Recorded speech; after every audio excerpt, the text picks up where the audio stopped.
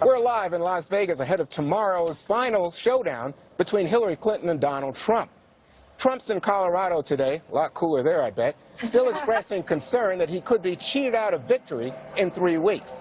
Campaign Carl Cameron caught up with him on the trail yesterday and pressed Trump further.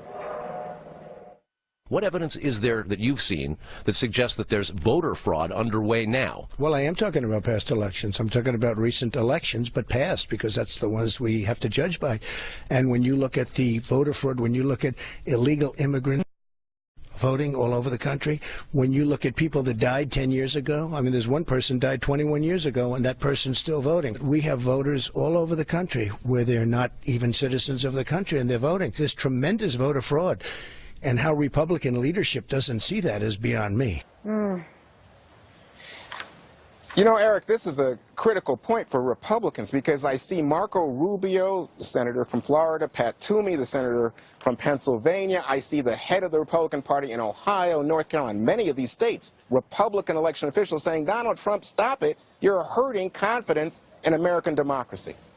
I like the rigged part. I like hey, this election is rigged. I hate the part that he's assigning to the voter fraud part of it. I like the part where he says the mainstream media, much of the media across the board, is leaning towards Hillary Clinton. No, I heard that, but then he went back when Pence and others said, stop it, Donald. I disagree with this part of his where he's going with this. I think you stay on the fact that the media is rigged and it's leaning towards the other towards Hillary and giving her all the wind in her sails and nailing him down to everything he says. I think that's a winning strategy. The voter fraud stuff, I don't get it. Kimberly, why do you think he's doing that? I'm going to have to withhold my answer for the O'Reilly factor tonight. We have a whole segment on that. I think you're going to see all of the show practically on there, except Dana will be on with Megyn Kelly. But what do you think? Look, I think that there's been a lot of research and studies put into this and a lot of time, and there's some specific numbers, but overall it doesn't bear out in terms of the numbers to say that there is widespread voter or election fraud. There's also a separate section which would be the voter registration issue. So would you lump that all into one category?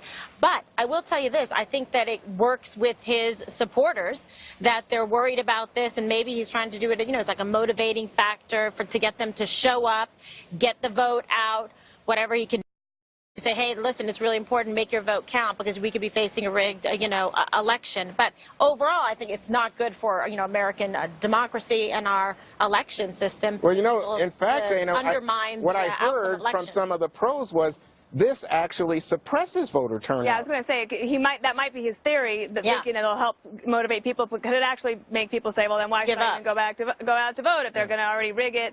The other thing is it really does go outside the four corners of the Constitution. I think that would be interesting, and we might hear about this in the coming days if anyone's able to get some interviews or insight, is what's going on inside the Trump campaign, because you've had Pence, Chris Christie, people close to him all saying this is not actually true, but he's doing it anyway, which I think means that he's cut the moorings. He's unshackled. He's unshackled. Greg, very quickly, he also says, watch those minorities. They're going to cheat.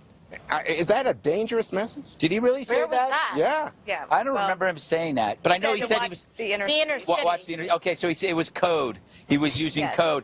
I go back. Kimberly kind of nailed it. This works with his supporters, but I don't think it's working with anybody else. I think maybe he's doing this to change the subject completely from what's been going on the last couple of weeks. Could it be whining? Could it be whining, setting himself up? It actually did kind of change the subject. Yeah, that's it. Stay right there, because up next.